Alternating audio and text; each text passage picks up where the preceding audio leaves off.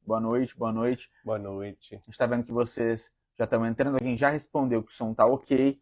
Bom, gente, então antes de tudo, maravilha. A Cecília é bem objetiva, o som está perfeito. Obrigado, querida. Cecília.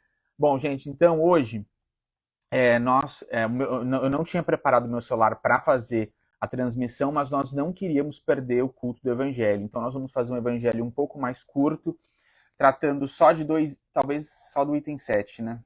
O que você acha? É, o 7 e 8. 7 e 8? É. Tratando dois itens aqui mais rapidamente.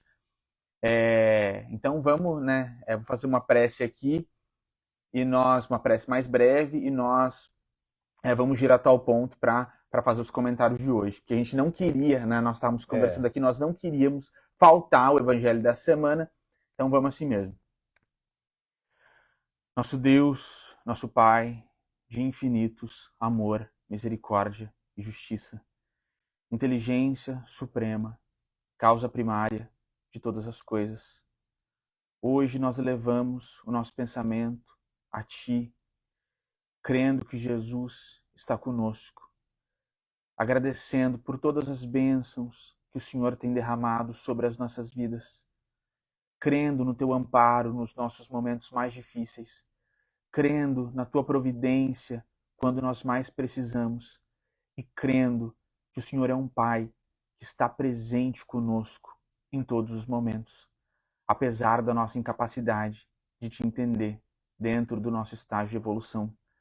Na noite de hoje, em vista das tarefas que se desdobram à nossa frente, nós apenas queremos nos elevar a Jesus dentro das nossas possibilidades, mentalizar aqui com muita sinceridade a imagem do nosso amado Mestre e dizer nos mesmos termos que um dia eu disse, Francisco de Assis: Senhor, fazei de todos nós que estamos aqui nesta noite instrumentos de vossa paz. Onde houver ódio, que nós levemos o amor. Onde houver ofensa, que nós levemos o perdão. Onde houver discórdia, que nós levemos a união. Onde houver dúvida, que nós levemos a fé. Onde houver erro, que nós levemos a verdade. Onde houver desespero, que nós levemos a esperança. Onde houver tristeza, que nós levemos a alegria. Onde houver trevas, que nós levemos a luz. Ó Mestre, fazei com que todos nós aqui sempre procuremos mais consolar que sermos consolados, compreender que sermos compreendidos, amar que sermos amados, pois é dando que se recebe, perdoando que se é perdoado e é morrendo que se vive para a vida eterna. Hoje, Jesus, nós só te agradecemos e pedimos um acréscimo de forças vindas do teu coração para que nós sejamos servos honestos e capazes de trabalhar na face dessa terra em teu nome, aprendendo sempre, Jesus, servir sem esperar nada em troca, compreendendo, enfim, que essa é a expressão máxima do teu amor. Nesse sentido, de joelhos, lembrando a tua imagem, com muito enternecimento e agradecimento nos nossos corações, nós dizemos: Ave Cristo. Os que aspiram à glória de servir em teu nome te glorificam e te saúdam. Nós te amamos muito, Jesus. Sê conosco, hoje e sempre. Que assim seja. Assim seja. Bom, pessoal, então você quer começar lendo? Você quer que eu leia? Eu leio. Então, o item 6, aliás, item 7 deste capítulo, que é a sequência do capítulo do Evangelho segundo o Espiritismo, nós estudamos até o item 6 da semana passada e hoje estamos no subitem: se alguém vos bater na face direita, apresentai-lhe também a outra. Do capítulo 12, né? É o capítulo 12 do Evangelho segundo o Espiritismo, item 7, que é uma frase dita por Jesus, que está no Evangelho. Vamos ver aqui, a referência é o Evangelho de Mateus, no capítulo 5, versículos 38 a 42, no qual Jesus disse assim: Ouvistes o que foi dito, olho por olho e dente por dente. Eu, porém, vos digo que não resistais ao mal que vos queiram fazer. Que se alguém vos bater na face direita, apresenteis também a outra. e que se alguém quiser pleitear contra vós, para vos tomar a túnica, também lhe entregueis o manto. E que se alguém vos obrigar a caminhar 1000 passos com ele, caminheis mais 2000 passos. Dai àquele que vos pedir, e não repilais quem vos queira tomar emprestado. Uma palavra bastante ampla de Jesus que pode ser aplicada em todos os departamentos da vida cotidiana aqui na Terra. Mas, ao mesmo tempo, é uma palavra que gera muitas dúvidas. Como assim? Como que se alguém me agredir na face direita, eu vou oferecer à esquerda ou vice-versa, né? Como que eu vou aceitar a, o ataque, aceitar o crime, aceitar a violência e reagir com mansidão diante de um fato desses?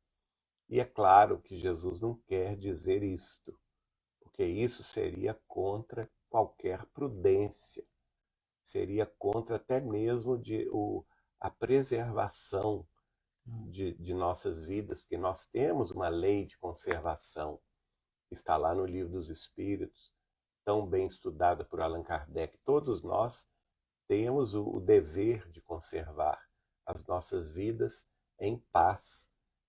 Nós temos o dever de nos defender contra a violência, de nos defender em família, né? Preservar o ambiente dos nossos lares. Mas então o que pode querer dizer Jesus com essas palavras tão difíceis de serem praticadas? Ele fala também, se alguém lhe pedir uma túnica, dê também a capa. E sempre ele se refere a essa questão do pedir ou do exigir algo que não pertence ao outro, né? E esse outro está nos exigindo, como que nós vamos lidar com isso?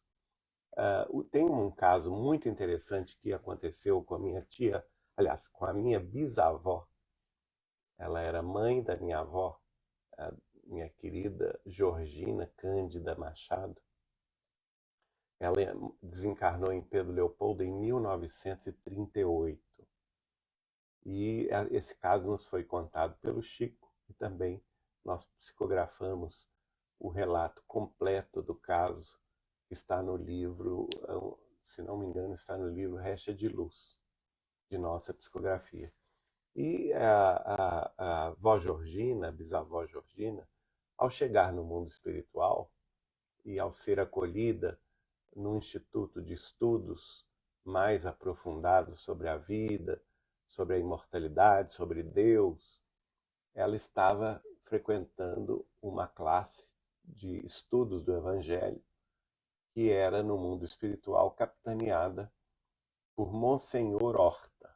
Monsenhor Horta foi um grande religioso da escola católica romana nas cercanias de Belo Horizonte. Ele se chamava José Silvério Horta, um espírito de grande evolução, de grande bondade, que o Chico Xavier recebeu várias vezes mensagens dele. Está inclusive no Parnaso. Que estão, inclusive poemas que estão no Parnaso.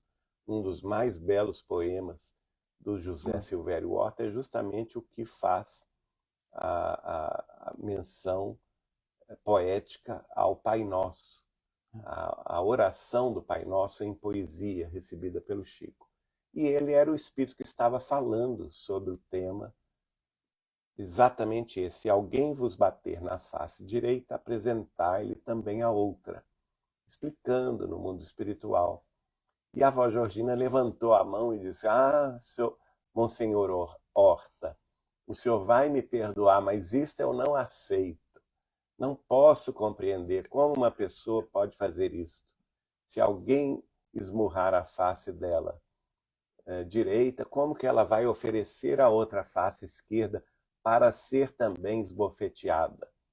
E, segundo Chico, ele riu-se muito dessa espontaneidade da avó Georgina e falou com ela assim: não, Georgina, irmã Georgina, é o seguinte, a questão não é literal. O que nosso Senhor quis dizer, naturalmente, não foi no sentido material do termo, no sentido mais imediatista, mais ligado à explicação imediata da frase, que comumente se faz esta interpretação de forma errônea na Terra.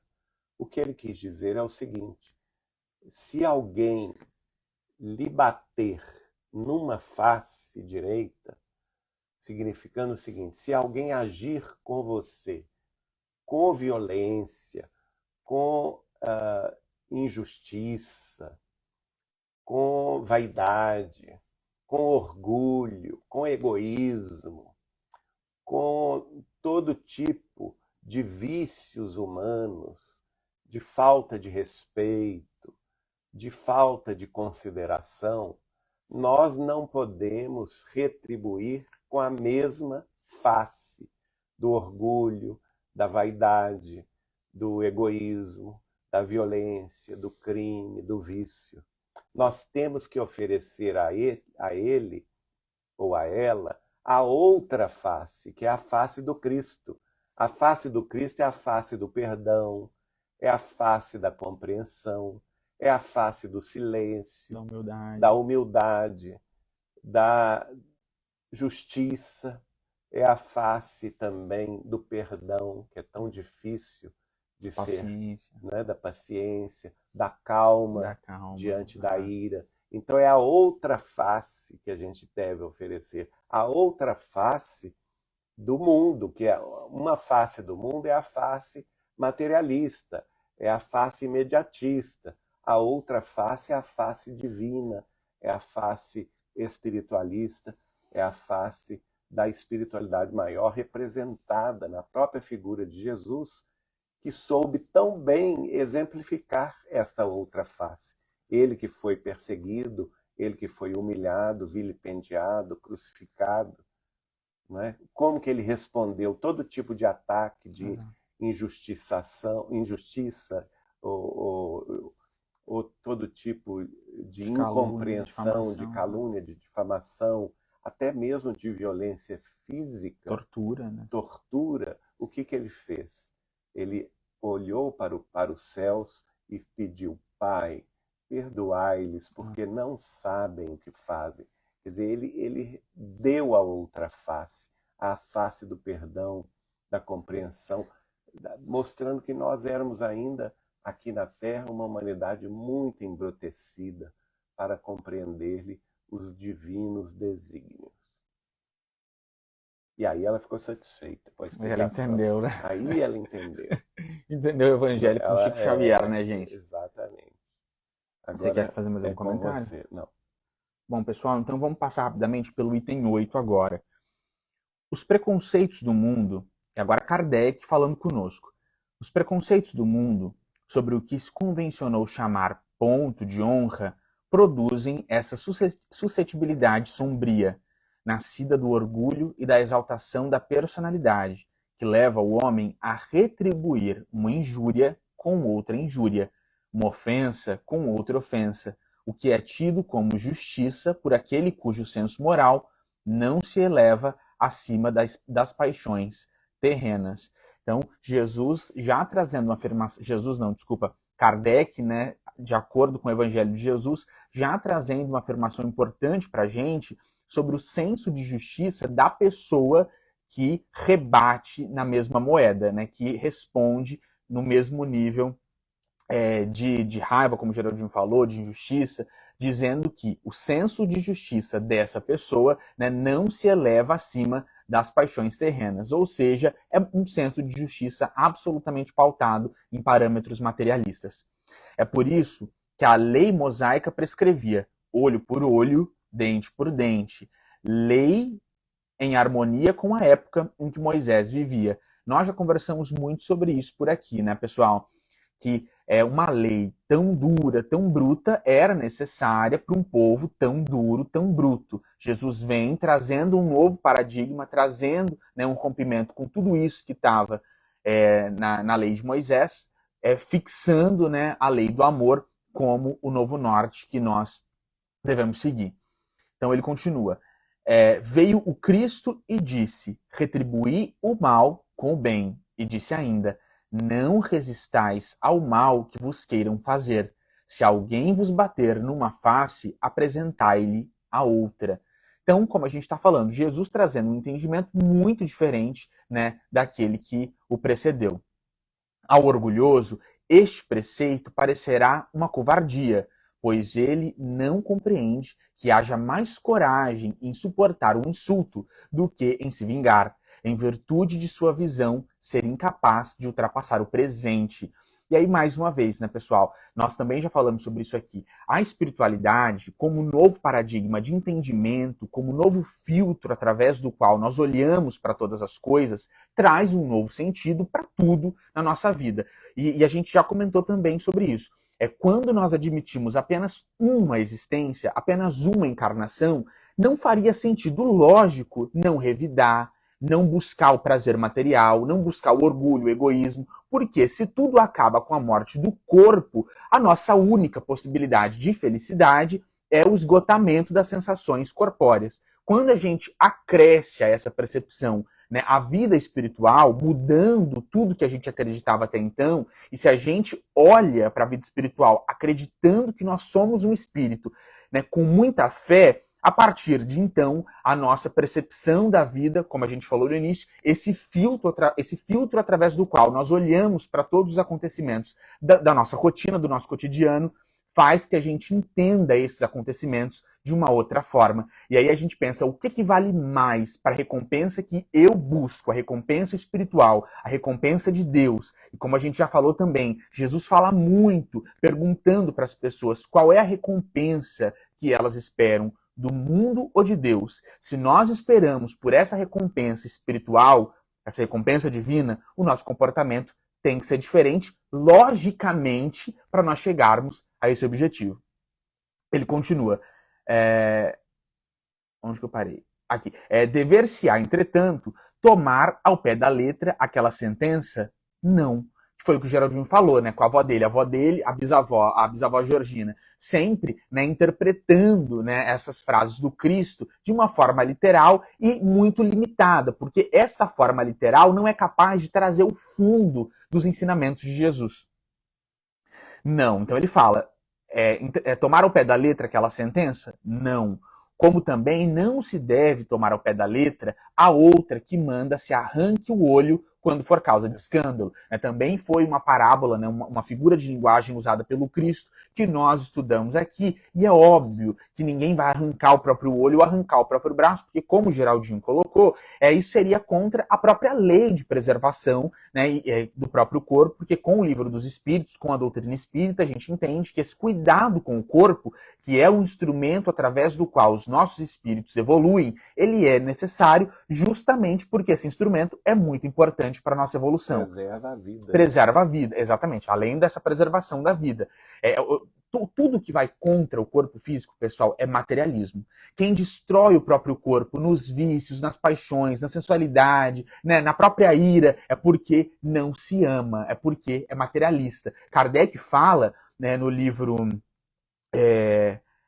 O Céu e o Inferno, que o perdão dos pecados, que o arrependimento, esse é o termo que ele usa, que o arrependimento aumenta a nossa autoestima. Então ele explica que o arrependimento sendo a compreensão das leis de Deus, isso aumenta a nossa autoestima, o nosso amor próprio. Então quem se ama não se entrega ao materialismo.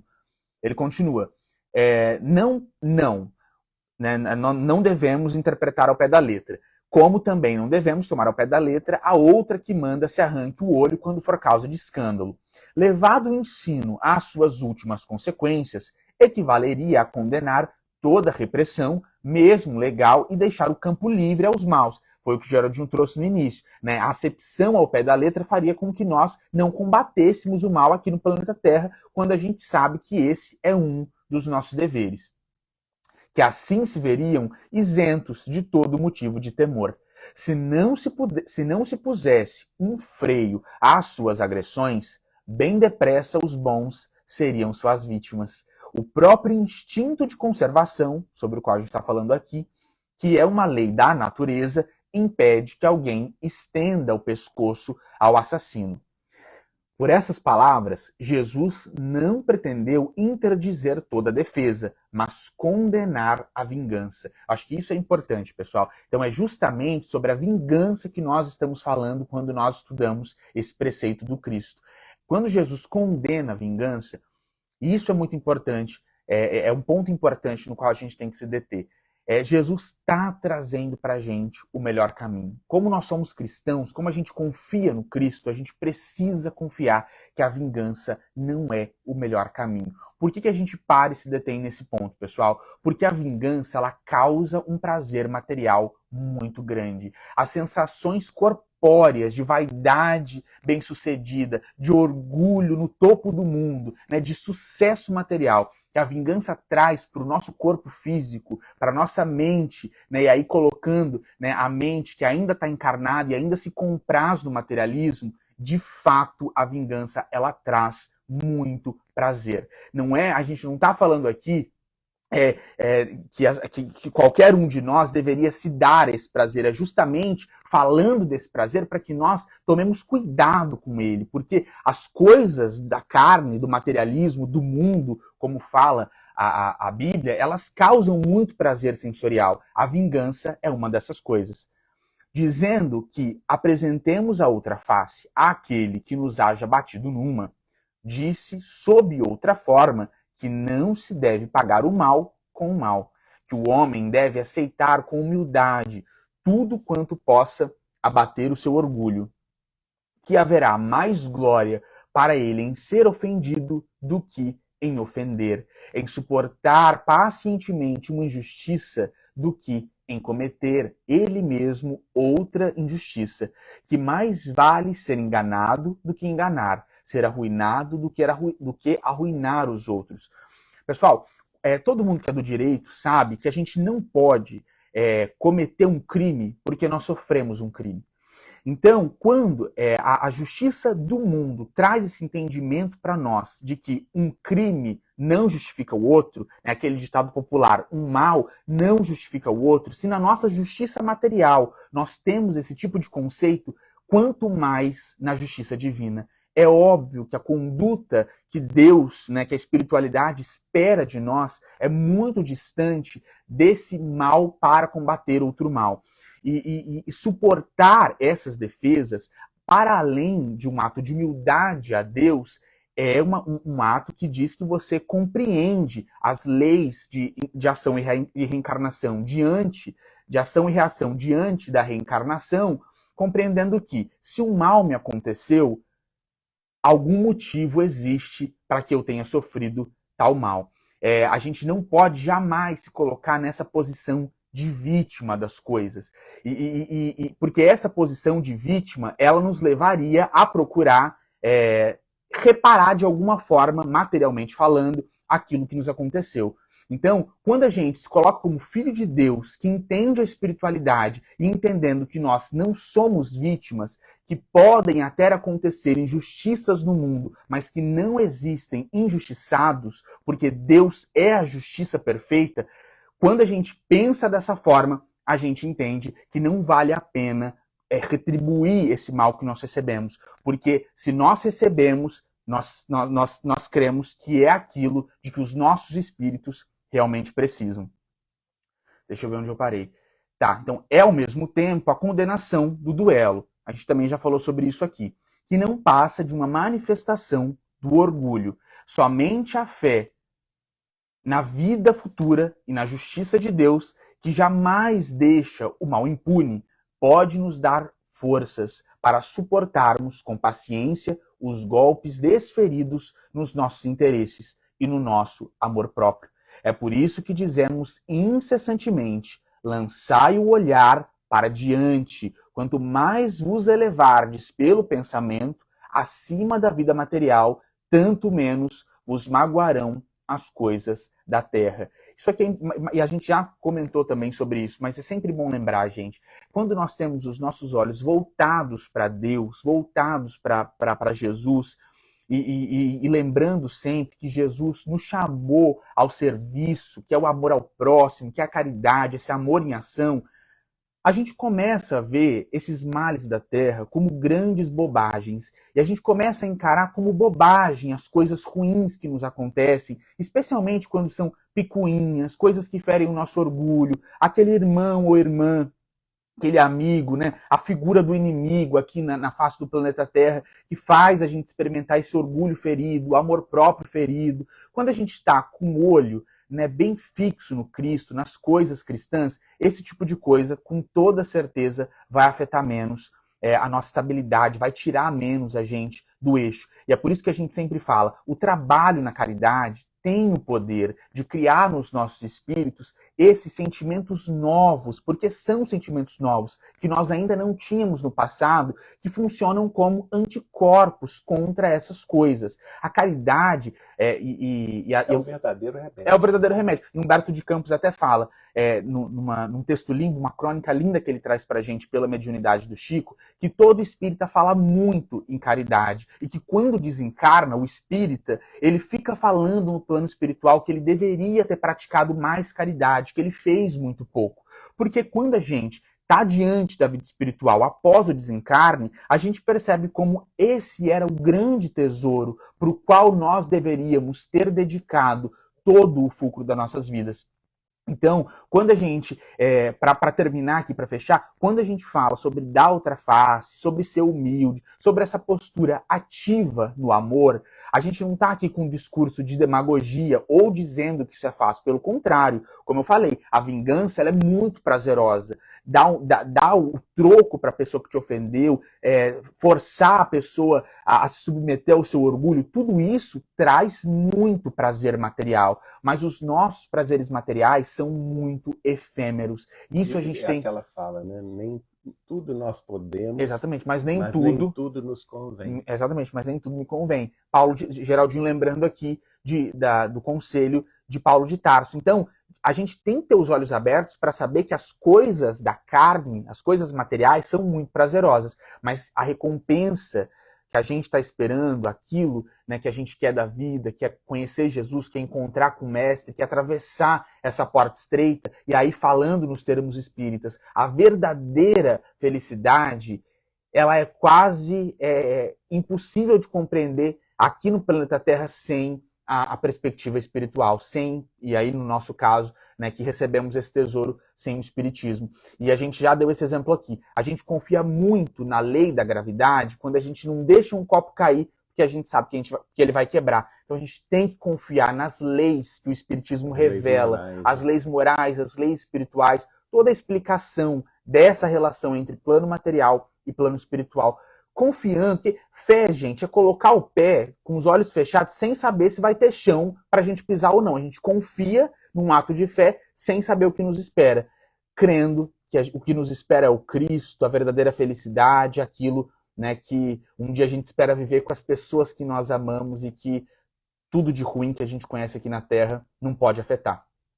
Ô João, mas antes da gente terminar, você falou aí, terminou seu raciocínio falando sobre fé. E realmente, muitos de nós têm dificuldade em relação à fé na vida superior, a fé nos nossos benfeitores e guias, na proteção divina, fé na própria espiritualidade maior, enquanto nós exercitamos diariamente a fé nas coisas materiais. No materialismo, exato. Por exemplo, exatamente. Quando nós entramos num avião, e um avião pode levar de 100 até 400 pessoas, 800 pessoas, dependendo do tamanho do avião, quantas pessoas ali, quantos passageiros conhecem o processo pelo qual o avião levanta voo? Eu não faço a mínima ideia. A gente não faz a mínima ideia. Eu diria que uma percentagem mínima, talvez ali um engenheiro aeronáutico, alguém que tem estudado todo o processo, como que as turbinas funcionam, que gosta do assunto. Exatamente, como a velocidade, como o próprio ar levanta aquele gigante de aço, né, de matéria pesada no ar, e ele consegue voar. Esperando a gravidade. Às vezes O maior voo do mundo, por exemplo, dura 18 horas Nossa. sem pousar, que é entre Nova Imagina. York e Singapura, 18, 19 horas. Como que funciona? Todo mundo ali está num ato de fé. Fé no engenheiro aeronáutico, fé no piloto, fé na companhia aérea, fé naqueles que fizeram a manutenção Os do próprios aparelho passageiros, né? aéreo, né? Então, tudo isso, fé na segurança, e assim sucessivamente. Quantos de nós entra num ônibus e sabe o processo pelo qual o ônibus roda? Quantos de nós entra no carro e sabe o processo pelo qual o carro funciona, o motor elétrico, o motor a gás ou motor a gasolina? Praticamente uma percentagem mínima. No entanto, todos os dias a gente entra num veículo, seja terrestre, seja aéreo, seja marítimo, e colocamos fé naquelas pessoas que prepararam aquilo tudo para nós. Da mesma forma, nós estamos falando aqui dos Estados Unidos e vocês aí no Brasil, em outras partes do mundo. Qual o processo pelo qual nós estamos conversando? Nós estamos online na mesma hora, todos nós em contato. Nós não temos noção, eu propriamente não tenho noção, mas a internet funciona, é uma realidade. A velocidade com que o mundo está mais próximo hoje é indescritível. E isso é um benefício e a gente aproveita desses benefícios. É o dom da ubiquidade. Exatamente. Né? Agora, se tudo... Aí eu lembro do Inácio de Antioquia preso, quando ele é levado a Roma, não é? E ele tinha sido condenado à morte, estava sendo levado pelos centuriões e soldados romanos para sofrer no cárcere romano antes da sua desencarnação, da sua execução. E quando ele faz o caminho entre o porto de Ostia e chega a Roma, ele se espanta com a beleza de Roma, né? Com a magnificência da capital do império, que naquela ocasião era a maior cidade da Terra e a mais poderosa cidade da Terra. E ele começa a rir, satisfeito, feliz, e o guarda fica nervoso com ele. O que você está rindo, desgraçado? Você foi condenado à morte. Por que você está assim?